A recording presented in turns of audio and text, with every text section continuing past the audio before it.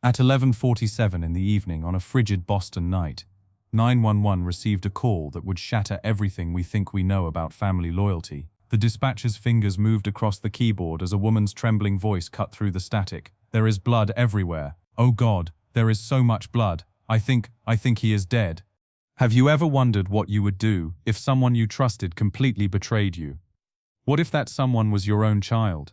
The person you raised, loved, and sacrificed for turned against you in the most unthinkable way. The cobblestone streets of Beacon Hill, normally quiet at this late hour, suddenly blazed with the red and blue lights of emergency vehicles.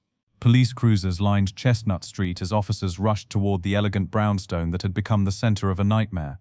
The wind howled through the narrow alleys, carrying with it the weight of tragedy that would soon grip the entire city.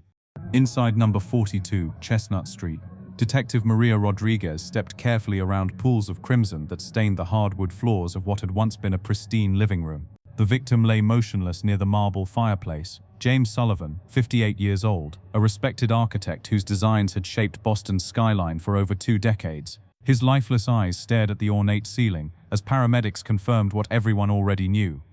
But where was Michael Sullivan, James's 26-year-old son? The front door hung wide open, cold November air rushing through the house like the breath of death itself. Michael's wallet sat on the kitchen counter, his car keys dangled from a hook by the entrance. Yet Michael himself had vanished without a trace, leaving behind only questions and a growing pool of his father's blood. Within hours, the story would dominate every news channel in Boston. A beloved father, murdered in his own home. A troubled son, fled into the night. The community of Beacon Hill, where million-dollar homes housed some of the city's most prominent families, reeled from the shock. How could this happen here, in their safe haven of wealth and respectability? Neighbors whispered behind their curtains as crime scene investigators worked through the dawn. They spoke of heated arguments heard through thin walls, of a young man struggling with demons, of a father who had tried everything to help his troubled child. The evidence seemed clear, the motive obvious, the case practically solved before it even began. But what investigators found in the weeks that followed would prove that nothing, absolutely nothing, was what it seemed. The truth hiding beneath the surface of this perfect Boston family would challenge everything law enforcement thought they knew about victims, perpetrators, and the thin line that separates justice from survival. This is not just another story about family violence. This is a journey into the dark corners of domestic manipulation, financial fraud, and the desperate lengths one person will go to escape a lifetime of hidden abuse.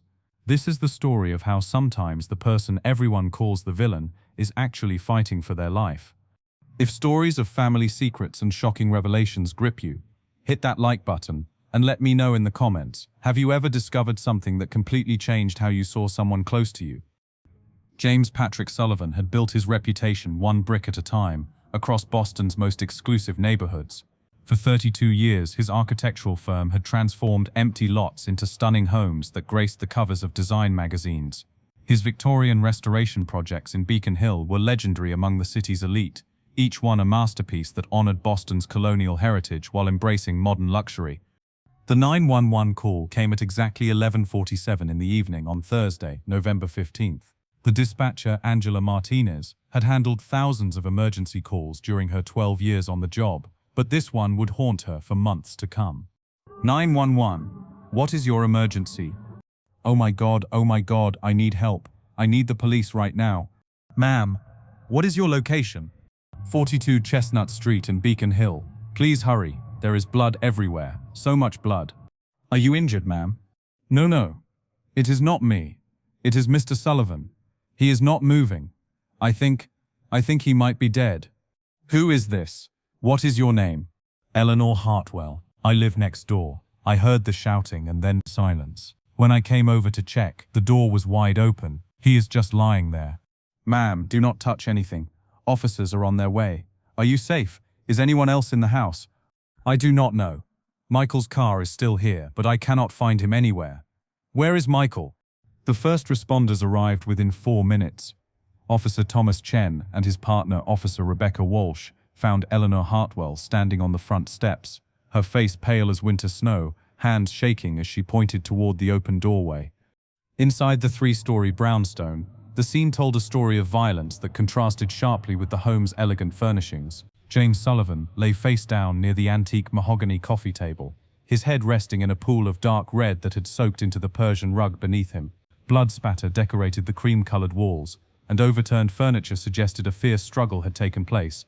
The living room, normally a showcase of refined taste with its floor-to-ceiling bookshelves and original oil paintings, now resembled a battlefield. A crystal lamp lay shattered near the fireplace, couch cushions were scattered across the floor. The coffee table had been pushed several feet from its original position, and deep gouges in the hardwood floor showed where someone had fought desperately. Detective Maria Rodriguez arrived 23 minutes after the initial call. A 15-year member of the Boston Police Department's homicide unit, she had investigated over 200 murder cases, but the Sullivan scene immediately struck her as unusual.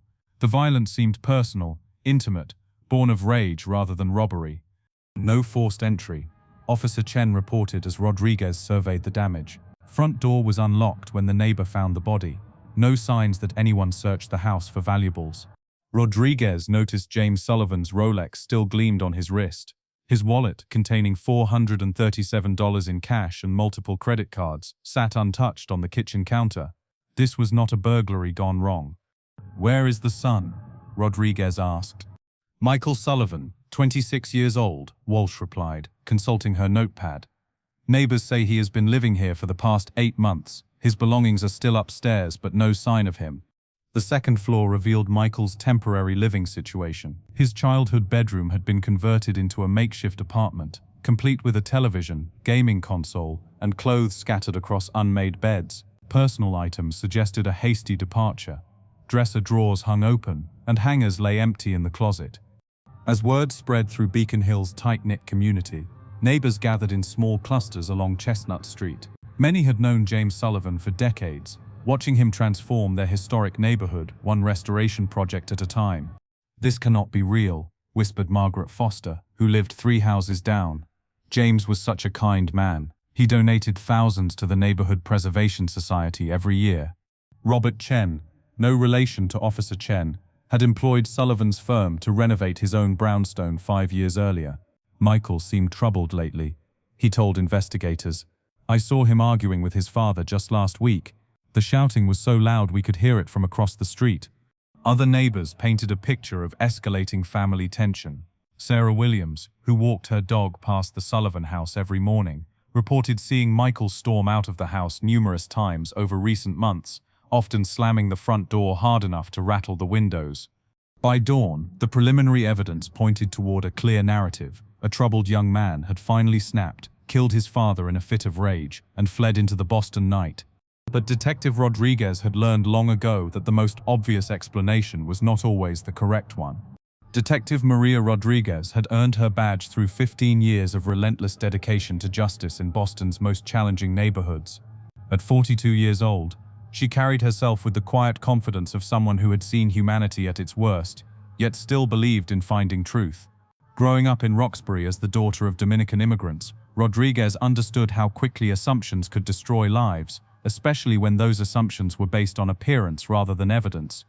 Her colleagues respected her methodical approach to investigations. Where others might rush to conclusions, Rodriguez preferred to build cases brick by brick, examining every detail until the complete picture emerged. Her desk at Boston Police Headquarters was meticulously organized, just like her investigations, with color-coded files and detailed timelines that helped her track even the most complex cases. The Sullivan case demanded her full attention from the moment she walked into that blood-soaked living room. Michael Patrick Sullivan, 26 years old, had graduated from Boston University 4 years earlier with a degree in computer science. For 3 years after graduation, he had worked as a software developer for a downtown tech startup, earning $65,000 annually and living in his own apartment in Cambridge. But 18 months ago, everything changed. Michael lost his job when the company downsized, explained his former supervisor David Thompson during a phone interview with Rodriguez. He was a solid employee, always on time, good with clients. The layoffs were purely financial, nothing to do with his performance. The job loss triggered a cascade of problems. Without steady income, Michael could not afford his apartment rent and was forced to move back into his childhood home on Chestnut Street. For a young man who had tasted independence, returning to live under his father's roof became a source of constant friction. Former neighbors from Cambridge painted a picture of Michael's deteriorating mental state. He started drinking heavily after losing his job, recalled Jennifer Walsh, who lived in the apartment next to Michael's former residence. Some nights we could hear him talking to himself, pacing around until 3 or 4 in the morning. The family dynamics grew increasingly toxic as months passed. James Sullivan, accustomed to control and perfection in all aspects of his life, struggled to understand his son's depression and mounting difficulties. During interviews with family friends, a pattern of verbal confrontations emerged. James meant well, but he could be incredibly demanding, admitted Patricia Collins, who had known the Sullivan family for 20 years. He expected Michael to bounce back immediately, to find another job within weeks. When that did not happen, James became frustrated, then angry. Dr. Helen Martinez, a family therapist who had treated Michael for 3 months earlier that year, provided crucial insights during her interview with Rodriguez. Michael felt trapped and humiliated, she explained, carefully respecting patient confidentiality while sharing relevant details. Living with his father again made him feel like a failure. The constant criticism wore him down psychologically. Neighbors confirmed the escalating tensions through detailed testimonies. Robert Chen described hearing violent arguments almost weekly during the past 2 months. The shouting would start around dinner time and continue for hours, he told Rodriguez. James would yell about responsibility and getting a job. Michael would scream back about being left alone. Margaret Foster witnessed Michael fleeing the house on multiple occasions. He would storm out, sometimes at midnight or later, and not return for days. James would pace by the windows, obviously worried sick. The physical evidence supported the theory of Michael's guilt. Forensic technicians found his fingerprints on the overturned coffee table and the broken crystal lamp. More damaging, blood evidence under his fingernails suggested he had been involved in the physical altercation that killed his father. 3 neighbors independently reported seeing a young man matching Michael's description running from the house around midnight on the night of the murder. Maria Santos, who was walking her elderly dog, saw someone sprint toward the Cambridge Street subway station shortly after 11:45 that evening. By Friday morning, local news stations were broadcasting the story across Boston. Channel 5 News led with the headline, "Beacon Hill Architect Murdered by Own Son." The story dominated social media, with residents expressing shock that such violence could occur in their prestigious neighborhood. Public opinion quickly turned against Michael. Online comments called him a spoiled brat, and ungrateful son who had repaid his father's generosity with murder. The narrative seemed clear, straightforward, and deeply tragic. This is where the case seemed cut and dried, but stick with me, because what happens next will blow your mind. Do not forget to subscribe for more shocking true crime stories. Rodriguez, however, sensed something incomplete about the evidence. Her instincts, honed through years of complex investigations, told her to keep digging deeper. By Friday morning, Boston Police Department mobilized its largest manhunt operation in over 3 years. Captain William Morrison assigned 24 officers to the Michael Sullivan case, coordinating efforts across all 6 districts of the city. Detective Rodriguez found herself leading a task force that included patrol units, plainclothes detectives, and specialized tracking teams. The digital trail provided their first solid lead. Michael's cell phone had last connected to a cell tower in Dorchester at 12:37 on Thursday night, approximately 45 minutes after witnesses saw him fleeing his father's house. The location placed him near the intersection of Dorchester Avenue and Freeport Street, a working-class neighborhood 15 miles from the crime scene. Technology specialist Detective James Park spent hours analyzing cell tower data, GPS coordinates, and digital footprints. The phone went completely dark after that final ping, Park reported to Rodriguez during their morning briefing. Either the battery died, or someone deliberately turned it off to avoid tracking. The Boston Police Department's surveillance unit began the massive task of reviewing security camera footage from businesses, traffic intersections, and public transportation hubs throughout the city. The Massachusetts Bay Transportation Authority provided access to subway station cameras, while private businesses voluntarily shared their security recordings. Within 24 hours, investigators had identified 12 potential sightings of Michael Sullivan across different neighborhoods. A security camera at South Station captured footage of a young man matching Michael's description boarding the Red Line subway at 1:15 on Friday morning. Another camera showed someone resembling Michael walking past a convenience store in Jamaica Plain 3 hours later. However, these leads quickly dissolved under scrutiny. The subway footage revealed the person's face clearly enough to determine it was not Michael Sullivan. The Jamaica Plain sighting turned out to be a different person entirely, a local college student returning home from a late-night study session. Detective Laura Bennett coordinated the street-level search efforts, organizing teams to canvass homeless shelters, bus stations, and cheap motels throughout Boston and surrounding cities. "We checked every flophouse from Cambridge to Quincy," Bennett later reported. Nobody had seen anyone matching Michael's description. The investigation expanded to include Michael's known associates. Former college roommates, workplace colleagues, and family friends all received visits from police officers. Each interview yielded the same result. Nobody had heard from Michael Sullivan since before his father's death. Media attention intensified as the search continued. Channel 7 News stationed reporters outside the Sullivan house 24 hours a day. Newspaper headlines screamed updates about the Beacon Hill fugitive and the patricide manhunt. Social media buzzed with theories, tips, and amateur detective work that often hindered more than helped the official investigation. James Sullivan's surviving relatives made emotional public appeals for Michael to surrender. His sister, Catherine Sullivan Wong, appeared on 3 different television programs within 1 week, tears streaming down her face as she begged her nephew to turn himself in. "Michael, if you are watching this, please come home," Catherine pleaded during a press conference outside Boston Police headquarters. "We know you are scared, but running will only make things worse. We love you, and we want to help you through this." The story captured public imagination in ways that surprised even experienced investigators. Volunteer search groups formed across social media platforms. Amateur sleuths organized weekend searches of parks, abandoned buildings, and waterfront areas where they believed Michael might be hiding. These volunteer efforts, while well-intentioned, often created more problems than solutions. False sightings flooded the police tip line. Someone reported seeing Michael at a McDonald's in Revere.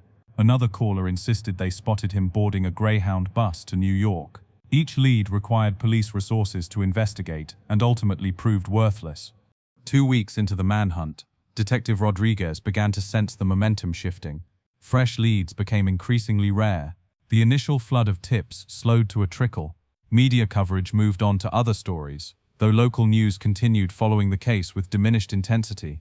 Budget constraints forced Captain Morrison to reduce the task force from 24 officers to 8. The daily briefings became weekly updates. Michael Sullivan's case began its inevitable transition from active investigation to cold case status. "We cannot maintain this level of resource allocation indefinitely," Morrison explained to Rodriguez during their month-end review. "Unless we get new evidence or credible leads, we will have to scale back further." Rodriguez understood the reality, but refused to accept defeat. Something about this case bothered her, a nagging feeling that important pieces of the puzzle remained hidden. Where was Michael Sullivan, and why had he vanished so completely? 6 weeks after James Sullivan's murder, Captain Morrison officially reclassified the case as cold. The decision came during a grim Monday morning meeting where budget reports and resource allocation charts painted a clear picture. The department could no longer justify the extensive manpower dedicated to finding Michael Sullivan. Detective Rodriguez sat in that conference room, listening to the administrative language that transformed a son's disappearance into bureaucratic statistics. Active investigation status, terminated. Weekly task force meetings, discontinued. Dedicated personnel assignments, reassigned to newer cases, demanding immediate attention. But Rodriguez refused to surrender. While her colleagues moved on to fresh crimes with hot leads and cooperative witnesses, she continued working the Sullivan case during her off-duty hours. Her kitchen table at home became an unofficial command center, covered with photocopied evidence files, witness statements, and timeline charts that she studied by lamplight after her official shifts ended. The case had left deep scars across Beacon Hill's normally tranquil community. Property values dropped as potential buyers hesitated to invest in a neighborhood associated with violent family crimes. The elegant brownstones that once symbolized safety and prestige now carried whispers of danger, lurking behind their restored facades. Eleanor Hartwell, the neighbor who discovered James Sullivan's body, moved out of her Chestnut Street home within a month. "I cannot sleep there anymore," she confided to friends before relocating to her daughter's house in Newton. "Every time I close my eyes, I see that blood." Local businesses felt the impact as foot traffic decreased, and residents became more cautious about evening activities. The historic neighborhood walking tours that had brought hundreds of visitors each week were quietly cancelled after tourist bookings plummeted. James Sullivan's surviving family members struggled with questions that had no answers. His sister Catherine found herself unable to process the dual trauma of losing her brother while simultaneously believing her nephew had committed the crime. During weekly therapy sessions, she wrestled with conflicting emotions of grief and bewilderment. How do you mourn someone while hating the person who killed them, especially when that person is family? She asked her therapist during one particularly difficult session. The question would haunt her for months.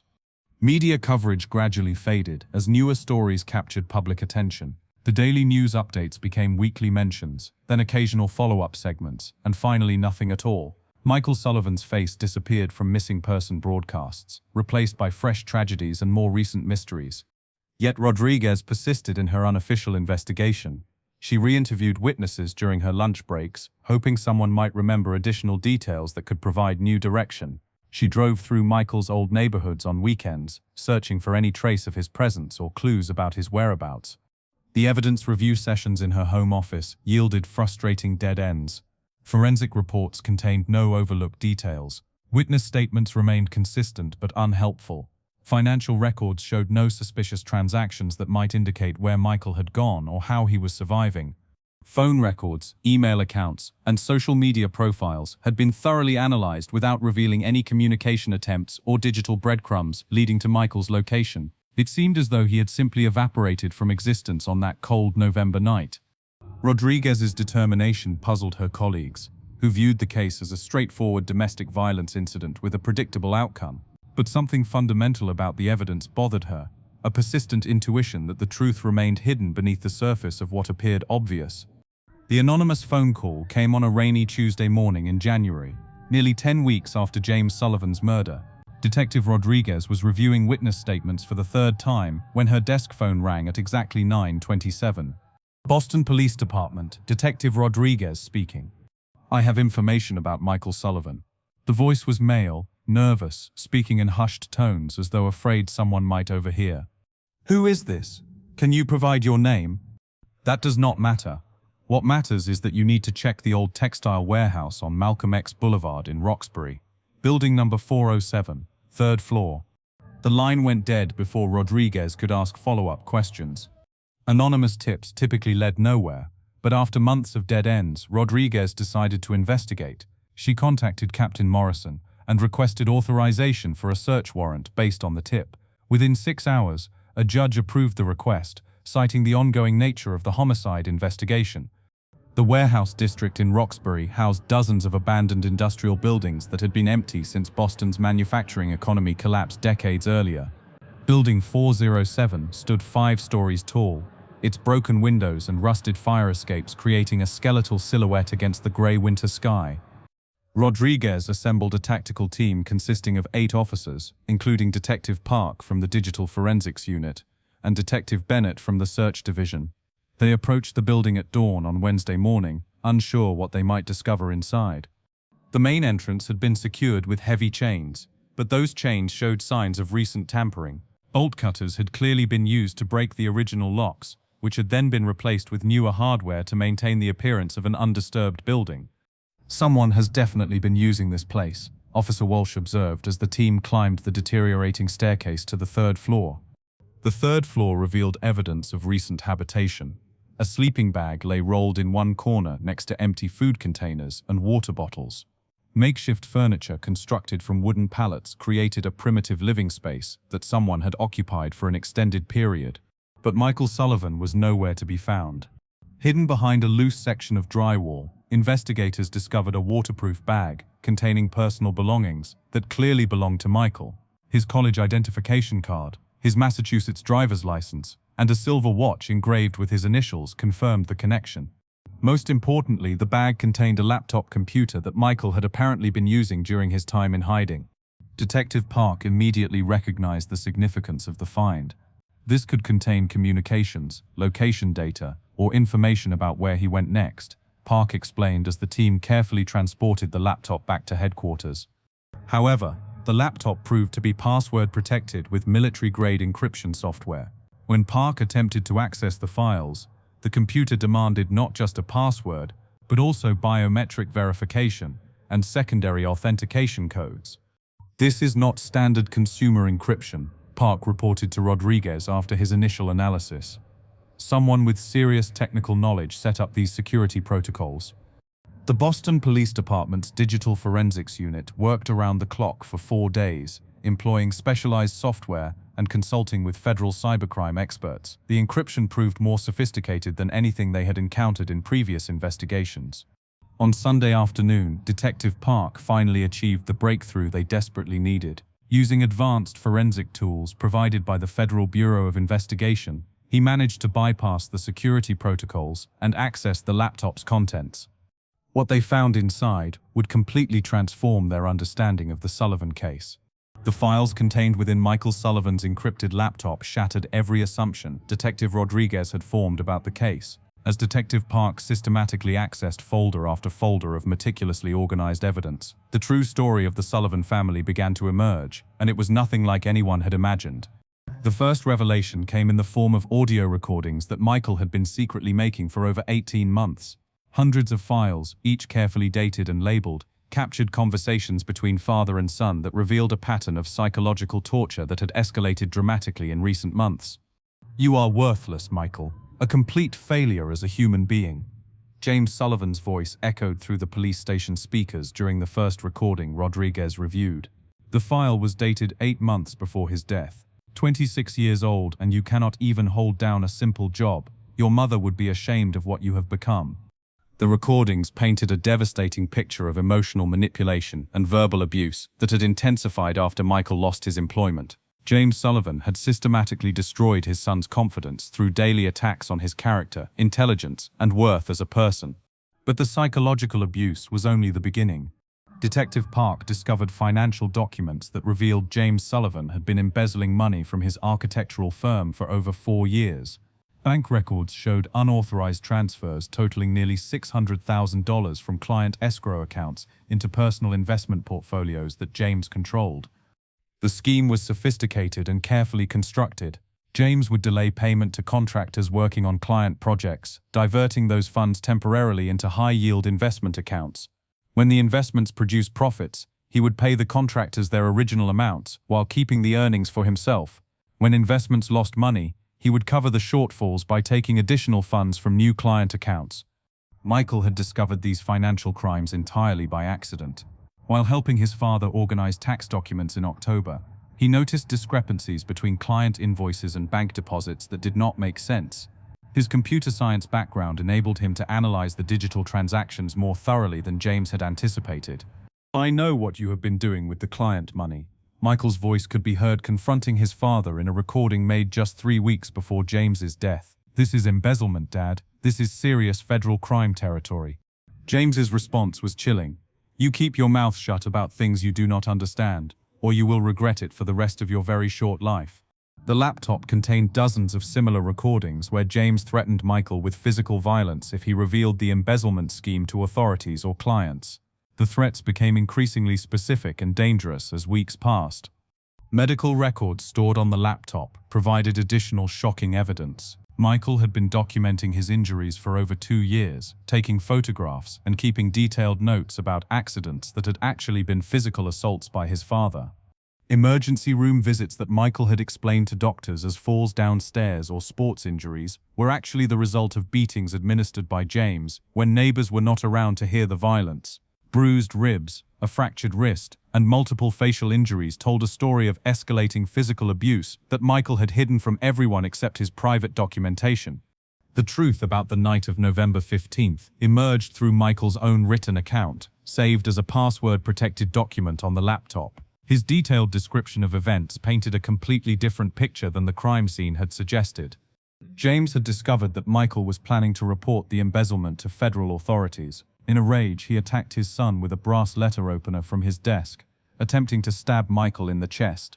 The struggle that followed was purely defensive, Michael fighting for his life against a father who had decided to eliminate the only witness to his crimes. "He kept screaming that he would rather see me dead than in prison because of my betrayal," Michael wrote in his account. "I grabbed the letter opener blade to stop him from stabbing me. When I pushed him away, he stumbled backward and hit his head on the corner of the coffee table. The sound was horrible. He just stopped moving." Michael's decision to flee was not motivated by guilt, but by terror that no one would believe his version of events. His father was a respected community leader, while Michael appeared to be a troubled young man living at home with his parents. The evidence would point to him as the obvious perpetrator, regardless of the truth. Hidden security camera footage from the house's surveillance system provided the final piece of corroborating evidence.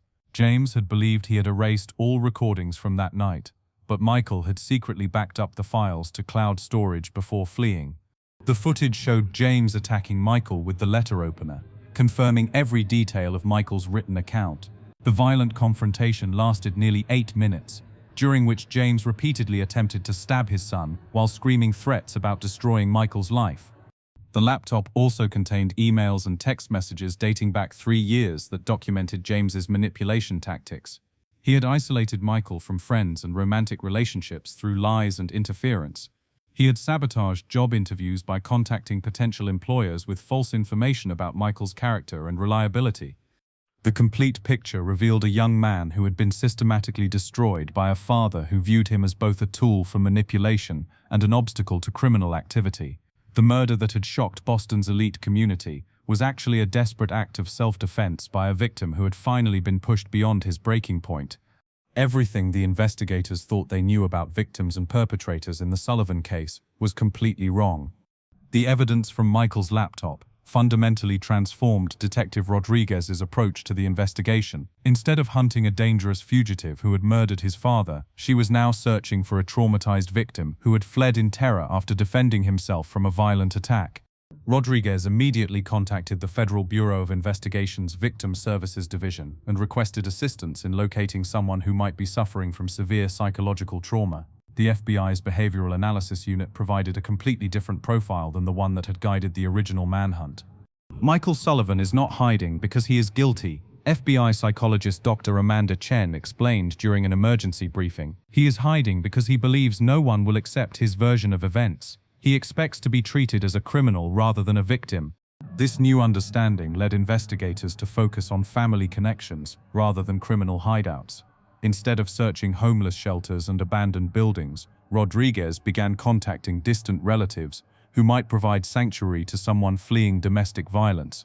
The breakthrough came when Rodriguez contacted Patricia Sullivan Morrison, James Sullivan's cousin who lived in Manchester, New Hampshire.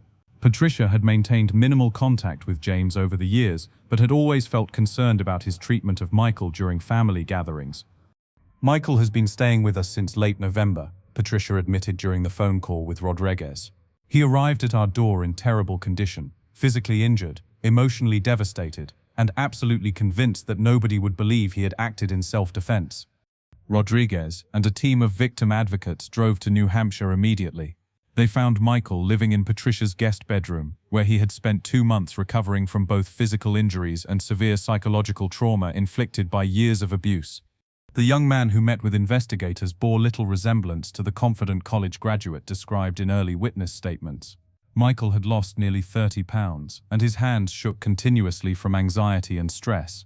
He spoke in whispers and flinched whenever anyone moved suddenly.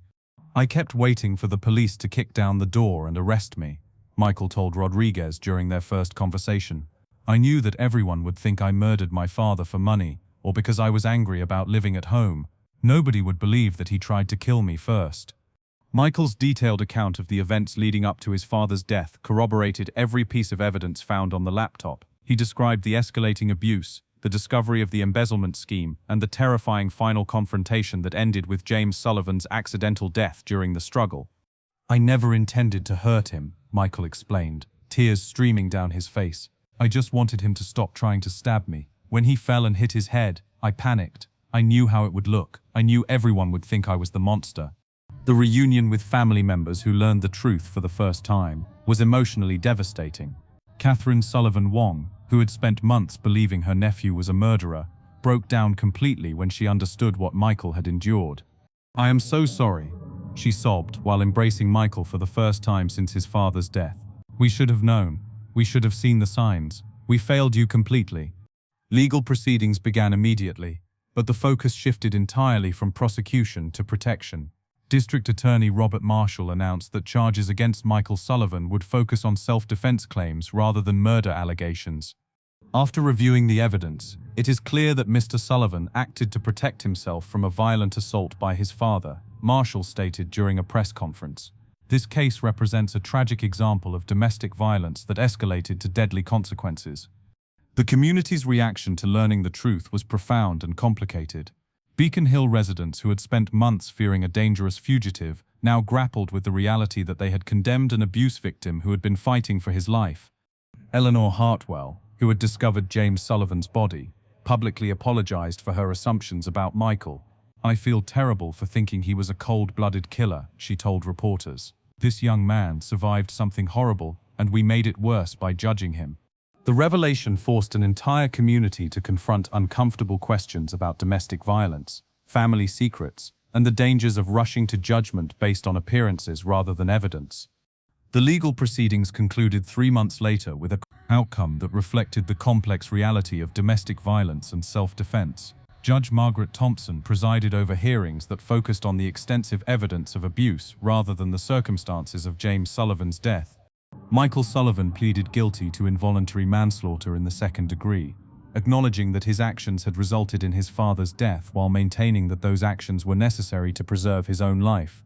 The plea agreement, negotiated between defense attorney Linda Martinez and District Attorney Marshall, included provisions for psychological counseling and community service rather than prison time. Mr. Sullivan has already served his punishment through 2 decades of abuse and 3 months of terror while hiding from a crime he committed in self-defense, Judge Thompson stated during sentencing. Incarcerating him would serve no purpose of justice and would only compound the trauma he has already endured. The court ordered Michael to complete 200 hours of community service working with domestic violence prevention organizations and to continue psychological therapy for a minimum of 2 years. The sentence acknowledged both the reality of James Sullivan's death and the circumstances that made Michael's actions understandable and legally justified. Beacon Hill struggled to reconcile their perception of James Sullivan as a respected community leader with the evidence of his criminal behavior and abusive treatment of his son. Property values slowly recovered, but the neighborhood's sense of security had been permanently altered by the revelation that horrible secrets could hide behind the most polished facades. Detective Rodriguez used the case as a learning experience that transformed her approach to future investigations. "I learned that my assumptions about victims and perpetrators can be completely wrong," she reflected during an interview with the Boston Police Department's training division. "Evidence must guide investigations, not preconceived notions about who looks guilty or innocent." The Sullivan case offers profound lessons about the complexity of domestic violence and the dangers of rushing to judgment based on superficial appearances. James Sullivan appeared to be a successful, respectable father whose troubled son had finally snapped and committed a senseless crime. The reality was far more complicated and disturbing. Appearances can be devastatingly deceiving, especially when abuse occurs within families that project images of success and respectability. The most dangerous predators often hide behind community standing, professional accomplishments, and social connections that make their victims reluctant to seek help or report crimes. Domestic abuse frequently occurs behind the closed doors of families that appear perfect to outside observers.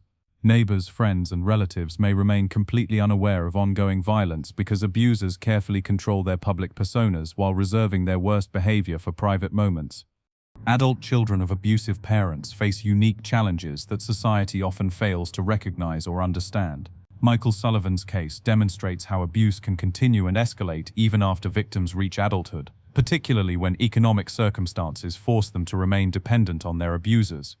Sometimes the person everyone assumes is the villain is actually fighting for survival against someone who has systematically destroyed their life through years of manipulation and violence. Quick judgments based on limited information can compound the trauma experienced by abuse victims who desperately need support rather than condemnation. This case teaches us that we should never be too quick to judge. What seemed like a clear-cut case of family murder was actually a desperate act of self-preservation. Have you ever had your assumptions completely shattered? Share your thoughts below.